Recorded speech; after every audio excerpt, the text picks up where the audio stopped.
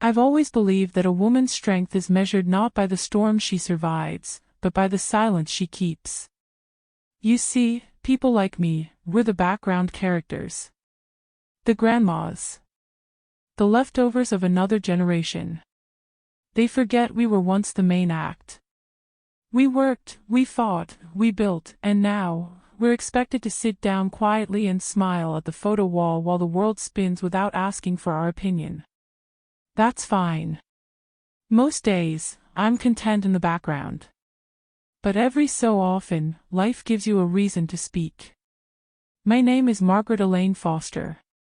Most people call me Maggie, and I've worn a lot of names in my 60 years: daughter, wife, mother, widow, friend.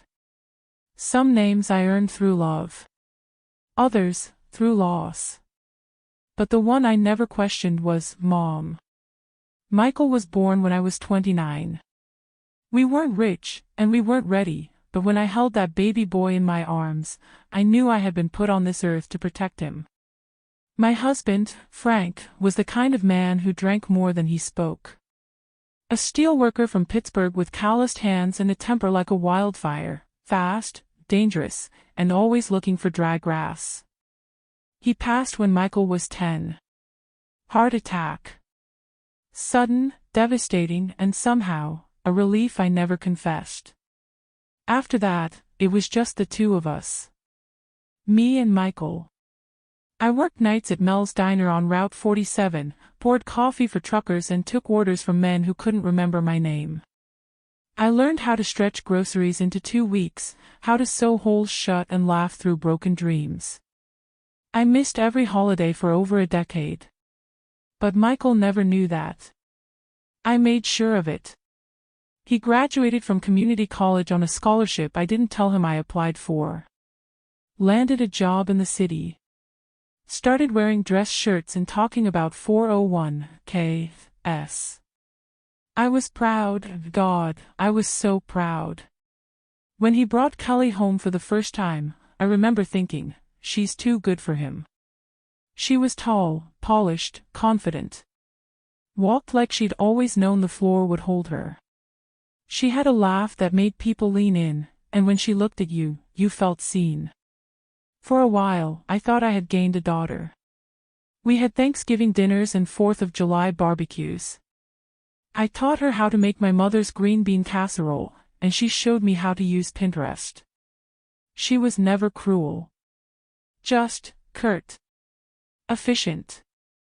There was always something behind her kindness, like she was playing a part and waiting for the director to yell, "Cut." Still, I wanted to believe the best. For Michael. For the family we were becoming. They had Caleb 2 years into the marriage. I still remember the day, February 16th, cold as the devil's knuckles. When I held that baby boy in my arms, something old and aching in me healed. He looked just like Michael had, soft brown hair, those same alert hazel eyes. I whispered into his ear that day, "You'll always have me." I meant it. From the moment Caleb arrived, I became the default babysitter. I didn't mind. I wanted to be present in a way I never could for Michael. I started knitting again, made soft booties and tiny sweaters. I stocked up on children's books. I cooked every Wednesday and brought dinner to their place, just so Kelly wouldn't have to. But the older Caleb got, the more distant they became. Invitations stopped coming. Texts went unanswered. The holidays I once hosted became rushed affairs, an hour here, a plate there. They moved into a bigger house, nicer, more modern, with marble countertops and a kitchen island I'd only seen in magazines. They said it was an investment, but I couldn't help wondering, how did they afford that? One day, Kelly mentioned something offhand. "We're refinancing. It's all the rage right now." I nodded, smiling, but something in my stomach twisted. Refinancing. Debt. Paperwork. Then came the envelopes. 3 of them. From the same bank I'd used 20 years ago. But I hadn't had an account with them since Clinton was in office. At first, I thought maybe they were promotional junk. The kind of glossy spam they send to retirees. But they had my name. My full legal name. And the return address wasn't in my town. I opened the first one. Inside was a vague notice about an existing line of credit and recent activity. I blinked. It had to be a mistake. Maybe a mix-up. I called the number listed, gave them my social security number, and the woman on the line paused. Mrs. Foster, you're listed here as the primary borrower on an $80,000 personal loan issued 6 months ago. Do you need me to send you the details? My heart pounded so loud I thought it might tear through the phone. No, I whispered. I didn't borrow anything. The woman apologized. Said I could dispute it. That they'd need documentation. I hung up and sat at my kitchen table for a full hour without moving. I looked around my modest home, same curtains I sewed 15 years ago, same faded wallpaper with the floral print. I thought of every meal I'd packed for Caleb. Every late night call I answered when Michael needed help. Every time I swallowed my pride when Kelly made me feel like a relic. And now, this. Alone. In my name. $80,000. I didn't sleep that night. I didn't cry either. That would come later. At first, there was only the numb disbelief, the crushing weight of betrayal without proof. I went to my room and opened the drawer where I kept every tax return, every receipt, every financial statement I'd ever touched. I started checking. No, I hadn't signed anything. But someone had. I wasn't ready to confront anyone. Not yet. Confrontation requires certainty, and all I had was suspicion. And even worse, I didn't want to believe it. I didn't want to believe my son, my Michael, had anything to do with this. And I didn't want to believe Kelly had used me like that. But the thing about old women like me, we don't shout when we're hurt. We listen. We wait. And when the time. So, I decided something that night. I wouldn't. Because sometimes, silence is not surrender. Sometimes, it's the sharpest blade you own. It was a Tuesday morning when the truth finally rang, loud and clear. I remember because I had just poured my second cup of coffee and was halfway through the crossword puzzle in the Morning Sentinel. That puzzle was part of my daily ritual. It made me feel sharp, kept the mind moving, and gave me some small sense of control in a world that seemed to think I'd given mine up. The phone rang. It was a strange number, New York area code. My stomach twisted. I let it go to voicemail. Then, curious and uneasy, I hit play. Hello, this is Jennifer Collins from Western Star Bank. I'm calling regarding an urgent matter concerning your personal loan. We've attempted to contact you multiple times regarding delinquent payments on your $80,000 balance. Please call us back immediately to avoid escalation. I froze. It wasn't a scam voice. This was polished, official, confident. She wasn't asking if I had a loan. She knew. I called back.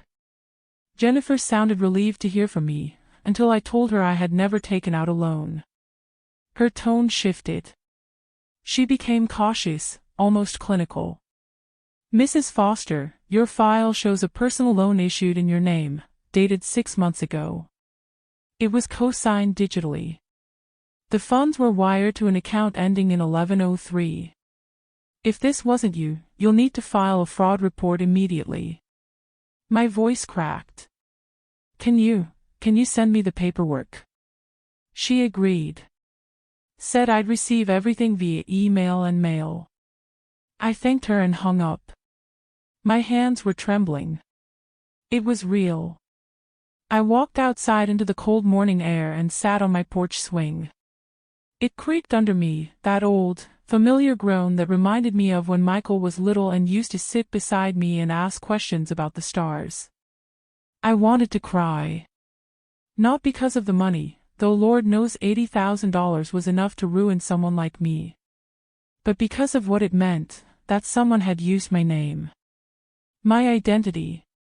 My trust. That kind of betrayal cuts deeper than debt. That afternoon, I pulled out the folder where I kept every legal document I owned. Deed to the house. Birth certificate. Social security card. Nothing was missing. I checked my purse, my files, my desk. It had to be someone close. Someone who had access to the most personal things in my life. Someone who knew I still trusted the old ways, paper files, signatures, face-to-face appointments.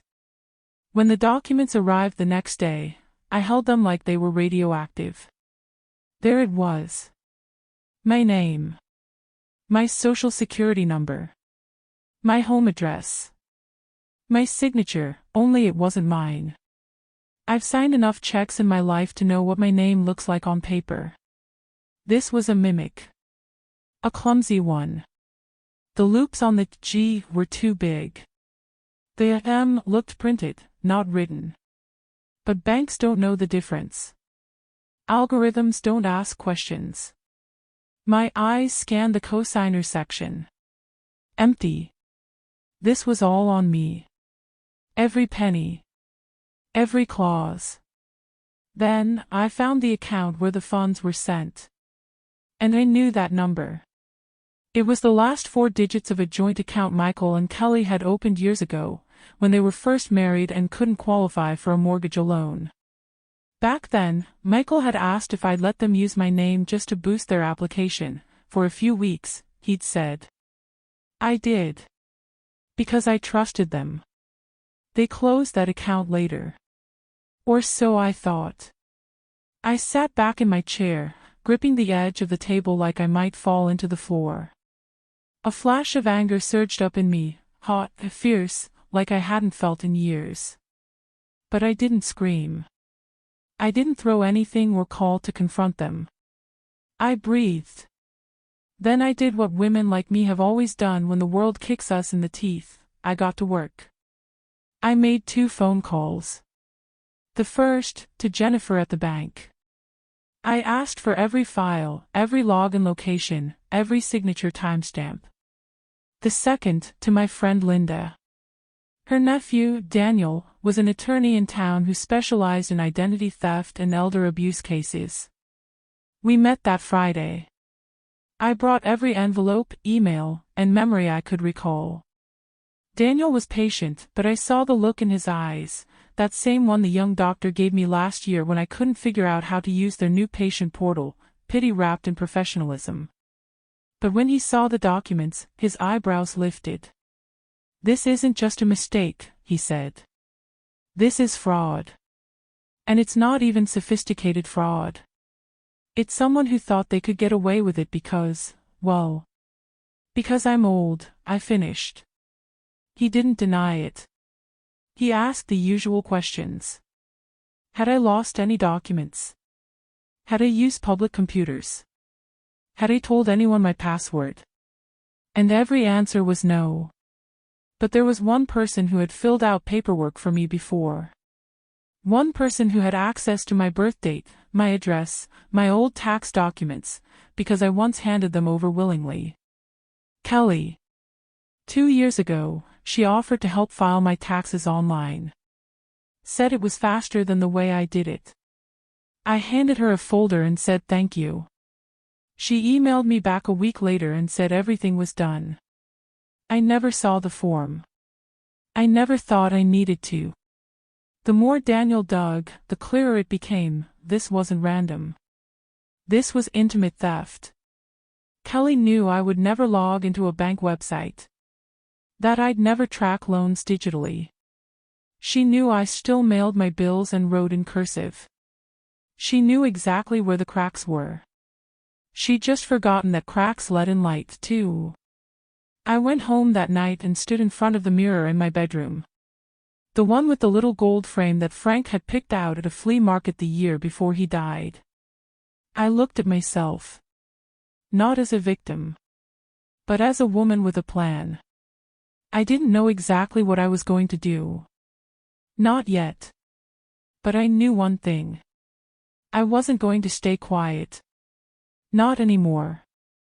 The next morning, I woke up with an ache in my chest, not from sorrow, but from purpose. It's a strange thing, waking up with a mission at my age. Most of my friends were worried about blood pressure and grocery coupons, not legal proceedings and financial betrayal. But I had never felt more awake. Or more alive. I called Daniel first. I told him I was ready to move forward. I didn't want to wait until after the holidays. I didn't care if it was messy or awkward or if it split the family straight down the middle. I'd been taken advantage of by someone who sat at my dinner table, kissed my cheek on Christmas morning, and called me Mom in public. There's a special kind of violence in betrayal that wears a smile. Daniel met me that Friday in his office. It was small, tucked between a dry cleaner and an insurance agency in a brick building that smelled like old air filters and coffee grounds. He greeted me in a soft gray suit and glasses too large for his face. "We'll start with a statement," he said. "And then we'll begin collecting evidence. Once we build the case, we'll file for identity fraud and seek restitution." Restitution. Such a sterile word for something so personal. I sat across from him and told the story from the beginning. I didn't cry. I didn't raise my voice. I told it the way I would tell someone how to make a pie crust, methodical, measured, detailed. I trusted her, I said. I gave her everything she needed to become me. Daniel nodded, took notes, asked questions, and made a copy of the bank paperwork. We signed forms, opened a case, and filed an official identity theft report. He said we would likely need to subpoena the bank records and get a handwriting analyst to verify the signature wasn't mine. I said I already knew it wasn't. He said that didn't matter. We needed proof the court would understand. Justice isn't about truth. It's about evidence. By the end of the meeting, I was holding a thick folder with my name on it, my real name. The one I earned with every sacrifice and sleepless night and birthday spent serving food to strangers. On my way out, Daniel looked at me and said, "You're handling this better than most people would." I smiled, just a little. You don't survive 60 years without learning how to carry weight. Back at home, I started taking notes. I made a timeline. Every detail, every document, every interaction with Kelly since the tax season 2 years ago. I printed emails. I listed every person who could verify where I was and what I signed over the past year. Then I started playing a part. I visited Kelly and Michael the following Sunday with a peach cobbler in hand. Caleb ran to hug me. Kelly looked surprised but managed her usual smile. "Mom, you didn't have to bake." "I wanted to see my boys," I said with a smile so sweet it could have stopped a clock. Michael was on the back patio, grilling ribs. Kelly poured me a glass of tea. I watched her, carefully. Her movements, her voice, her casual ease. She didn't know. She didn't know I knew. And that was my advantage. That week, Daniel called again. The funds were transferred into the 1103 account. We got the records. And? I asked. It's still active. Kelly's the primary holder. There it was. Not just suspicion. Proof. Over the next 2 weeks, we built the file: fraudulent use of personal data, forged signature, unauthorized funds. Daniel even pulled a credit history comparison and found 2 more attempts to open credit lines under my name, denied, thankfully, because of mismatched information. It wasn't just one mistake. It was a pattern. Kelly didn't make a desperate move. She made a plan. And now, So did I. I decided the confrontation would happen on Christmas Eve. Not because I wanted to ruin the holiday, but because I knew they wouldn't see it coming. They had invited me, as they always did, more out of obligation than affection. I said yes. I told them I'd bring the stuffing and cranberry sauce. I told them I'd wear the Santa hat Caleb loved so much. They didn't know I'd also be bringing a manila envelope. The night before Christmas Eve, I sat at my kitchen table in the dark, reading through the file again. Inside was everything. Printouts of the forged loan. The forensic handwriting analysis. The email address tied to the digital signature. The timeline. The subpoenaed bank record. And a copy of the civil suit, prepared, signed, and sealed. I placed it all in a folder and wrote her name on the front, Kelly Foster. I didn't sleep much that night. Not because I was nervous, but because I knew the moment was coming, the moment when I'd look her in the eye and show her who I really was. Not the grandma. Not the pushover. Not the relic in the corner. But the woman who survived a hard life and still stood tall. I wasn't afraid of Kelly. I pit. Because people like her never see people. Snow had fallen the night before, just enough to coat the roads in a thin white hush, like the world itself was holding its breath. I drove slowly, taking the long way to Michael and Kelly's house. Not because of the roads, but because I needed time.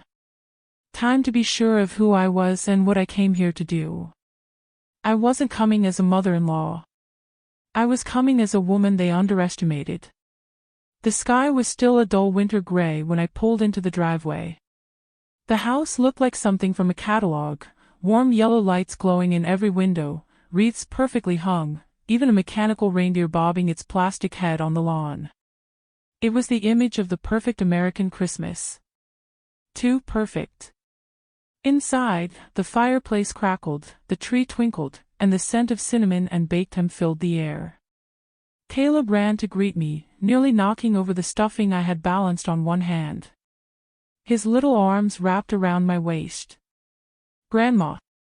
You made the cranberry thing." "I told you I would," I said, bending to kiss the top of his head. Kelly came out of the kitchen wearing a cashmere sweater and that same polished smile. "Merry Christmas, Mom," she said, brushing a kiss against my cheek. "Thank you for having me," I replied, and handed her the dish. She took it and turned, missing the way I slipped a plain manila folder from my purse and tucked it beneath my coat. Michael was tending to the roast in the kitchen. He gave me a quick hug, distracted, rushed. The room buzzed with music, conversation, and the sound of wrapping paper being torn in the next room. Everything looked normal. Happy. Joyful, even. But underneath it all, I could feel the tremor. Like a hairline crack running down the middle of fine china. It wasn't obvious, but it was there. And it was about to break wide open. I waited. I helped serve dinner. I listened to Caleb talk about his science project. I laughed when Michael burned the bread rolls. I smiled when Kelly poured wine and complimented my cranberry sauce. I was quiet. Kind. Warm. Not because I was pretending. But because I wanted to remember this moment, not the confrontation, but the calm before it. The final chapter of the lie. After dinner, Kelly was gathering plates when I touched her arm. "Could I talk to you for a moment? Just us." She blinked. "Of course." I led her down the hall to Michael's office, a room they used for bills and storage. I shut the door behind us and set the envelope down on the desk. "What's this?" she asked, still holding a wine glass. "I'd like you to sit," I said. She sat. I slid the envelope across the desk. She opened it. "And read." At first, her face was blank. Then confusion. Then something flickered in her eyes, recognition. And then fear. But she tried to hide it. I don't understand, she said, though her voice had already shifted, no longer smooth, but sharp around the edges. I think you do, I said quietly. That's a copy of the loan documents filed in my name. Your digital trail. The forged signature. The bank records showing where the funds were transferred. The preliminary lawsuit. And the handwriting analysis. All neatly organized. She sat perfectly still. I didn't want to embarrass you, I added. That's why we're in here. Alone. Her lips parted. I didn't. Don't, I said, not loud, but firm. I'm old, Kelly. But I'm not stupid. And I'm not blind. She said nothing. I stood. I filed charges, I continued. This isn't a threat. It's not a bluff. It's a fact. You stole from me. You forged my name. And you thought I'd never notice. I didn't think you. That I'd never find out. I finished. That I'd be too slow or too tired or too desperate to dig. Her eyes welled up, but I didn't flinch. I raised a son while working 3 jobs. I built a life from nothing. I buried my husband and never asked anyone for help. And you? I leaned closer. You thought you could take $80,000 from me and smile through Christmas dinner. Silence. Utter, breathless silence. She looked down at the papers like they were burning her fingers. I haven't told Michael yet, I said. That part's up to you. I turned to go. My hand on the doorknob. Maggie, she whispered. I paused. I'm sorry. I nodded once. That's between you and the judge now. And I walked out. Back in the living room, Caleb was curled up on the couch, the fire crackling softly beside him. Michael was refilling drinks and laughing with one of Kelly's cousins. I sat in my chair, folded my hands in my lap, and waited. Kelly didn't come back out for 20 minutes. When she did, her face was pale, but her mask was back on. She smiled. She served dessert. She kissed her son goodnight. But she never looked at me again. That night, when I got home, I took off my coat and placed it on the rack. I poured myself a glass of water. I stood in my quiet, old kitchen and let the moment settle around me like snow. I didn't feel triumphant. I didn't feel vindicated. I felt steady. Balanced. Seen. Justice, you see, isn't always a hammer. Sometimes, it's a whisper.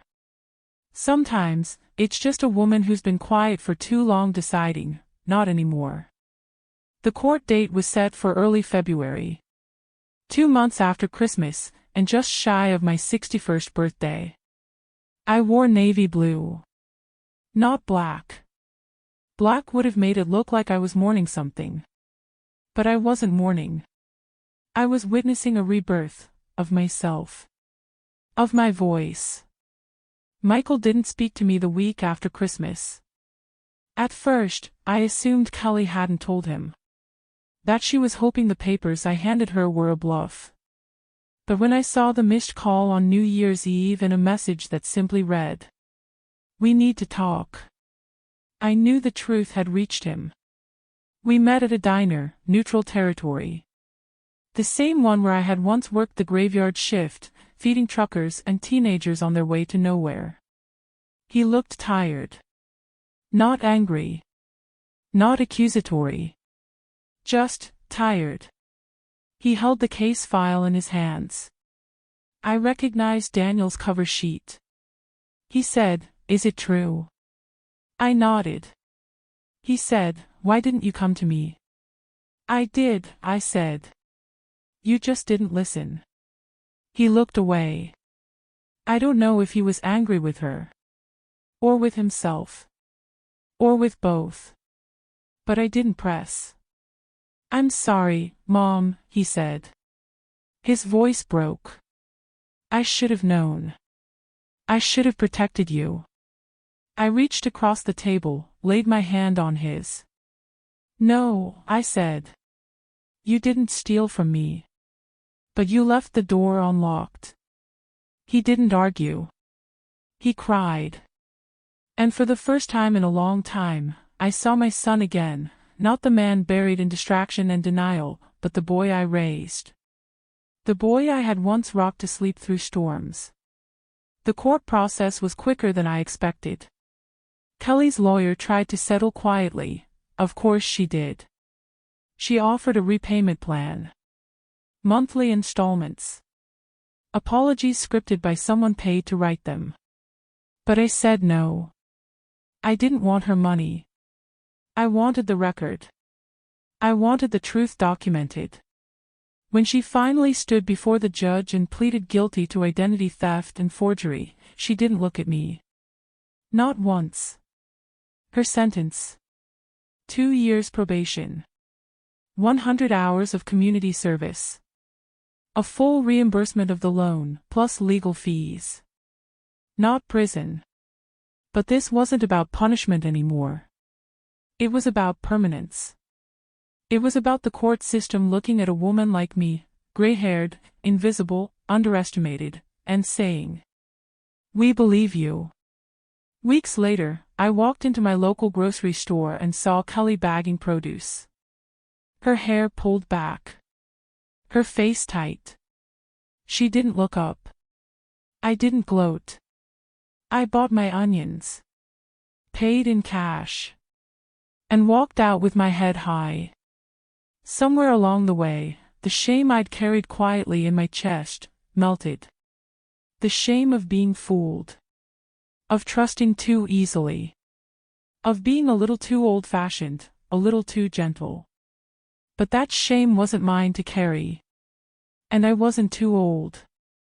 I was just underestimated.